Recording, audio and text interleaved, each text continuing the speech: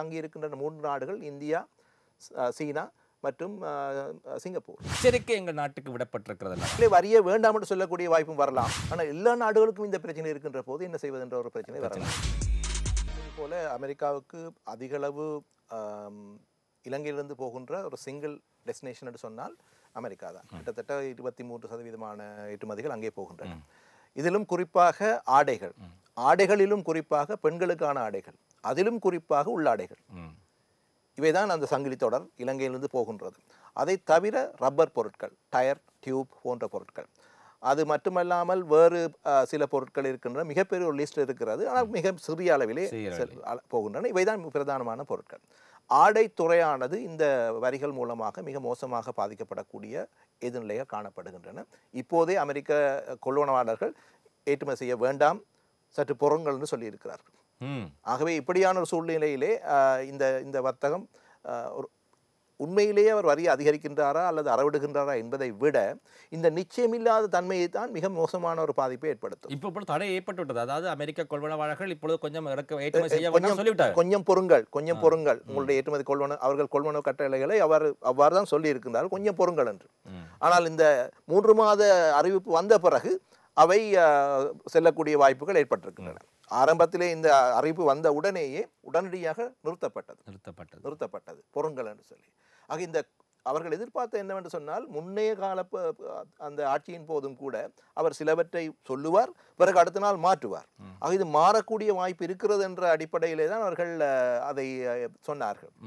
இப்போது யதார்த்தமாக இருக்கிறது. அவர் சொன்ன அந்த வரி வீதங்களை அவர் அறவிடக்கூடிய நிலைமையிலே அவர் இல்லை. ஆனால் இது ஒரு விதமான ஒரு ஸ்ட்ராட்டஜி, ஒரு உபாயம். முதலிலே மிகப்பெரிய அளவிலே எல்லாவற்றையும் கதைத்து விட்டு அதனால் ஒரு குழப்பத்தை ஏற்படுத்திவிட்டு அந்த குழப்பத்தின் பின்னர் ஒவ்வொன்றாக தளர்த்தி கொண்டு வந்து தனக்கு தேவையான அந்த நிலைமையினை அடைந்து கொள்வது. ஒரு மிகப்பெரிய வரியினை ஏற்படுத்தினால் சரி 10% வரி என்னாலும் பரவாயில்லை என்று சொல்லுவார்கள். 10% வரியை விதித்து விட்டால் ஐயோ 10% வரி எங்கள் நாட்டுக்கு ஏற்புடையதாக இல்லை என்று வருவார்கள். ஆகவே இப்படியான ஒரு வணிக ரீதியிலான ஒரு உபாயத்தை தான் டொனால்ட் ட்ரம்ப் அவர்கள் பின்பற்றுகிறார் என்பது வெளிப்படையாக தெரிகிறது. எங்களை பொறுத்த மட்டிலே எங்களுடைய நாட்டிலிருந்து ஏற்றுமதி செய்யப்படுகின்ற மிக முக்கியமான பொருள் ஆடை, தேயிலை. இந்த தேயிலையும் அமெரிக்காவுக்கு ஏற்றுமதி செய்யப்படுகிறது. ஆகவே இலங்கையிலிருந்து செல்லுகின்ற கிட்டத்தட்ட 4 பங்கு வீதமான ஏற்றுமதிகள் அமெரிக்காவுக்கு செல்லுகின்ற போது அமெரிக்க ஜனாதிபதி எடுத்த இந்த முடிவு இலங்கையை மிக மோசமாக பாதிக்கும். அதிலும் குறிப்பாக 44% தீர்வை அதிகரிப்பு என்பது எப்படியுமே இலங்கைக்கு தாக்குப்பிடிக்கக்கூடிய நிலைமையிலே உள்ள தீர்வே அல்ல. ஆனால் இந்த தீர்வைகள் நிறுத்தி வைக்கப்பட்டிருக்கின்றன.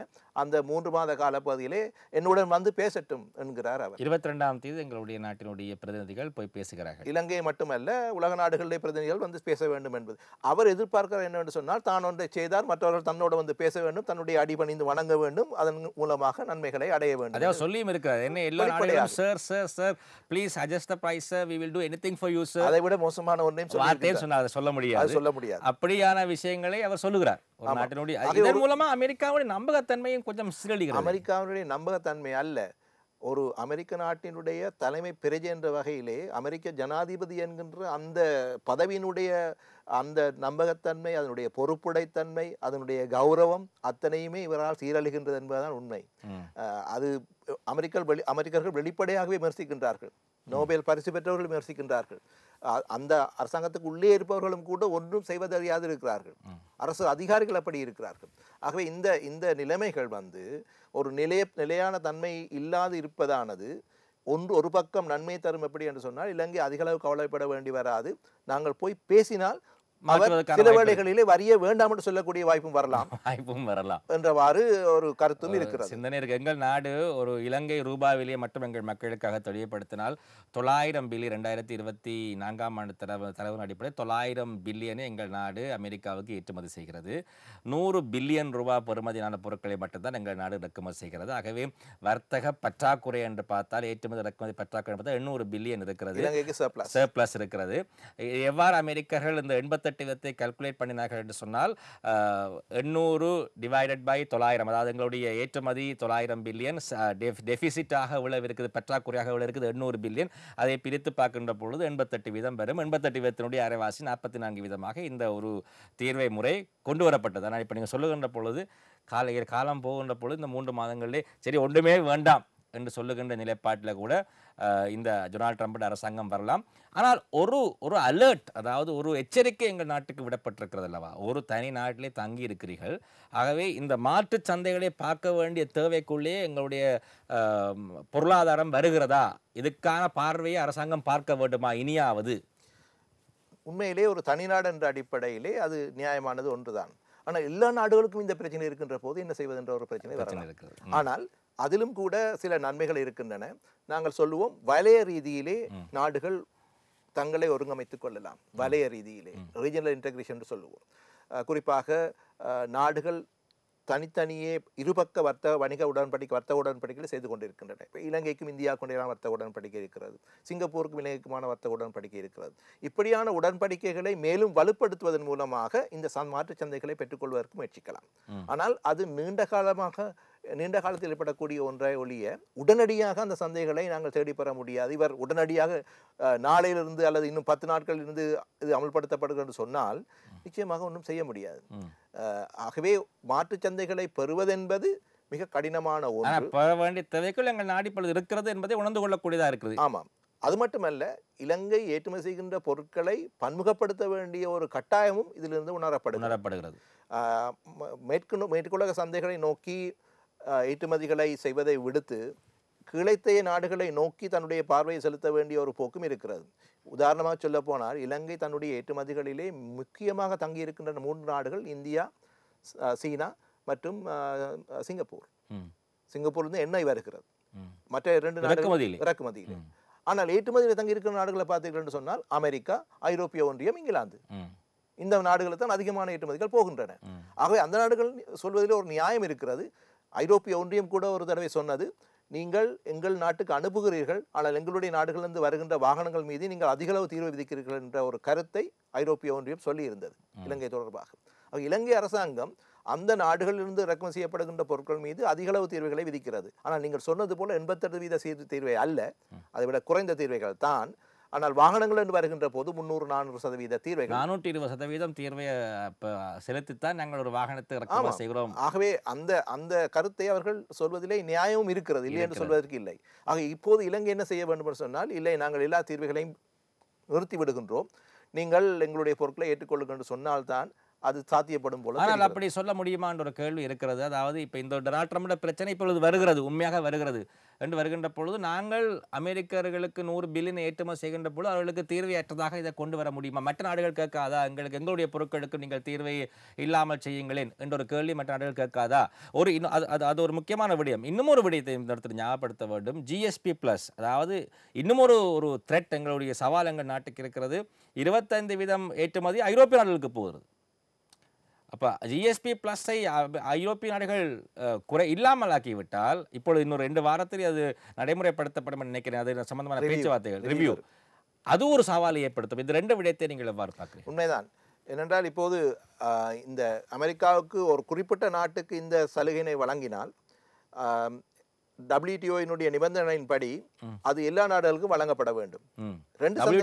உலக வர்த்தக நிறுவனம். அப்ப உலக வர்த்தக நிறுவனத்தினுடைய அங்கத்துவ நாடுகள் 198 நாடுகள் இருக்கின்றன. ஆகவே இந்த நாடுகள் அந்த கட்டுப்பட்டவையாக இருக்கின்றன.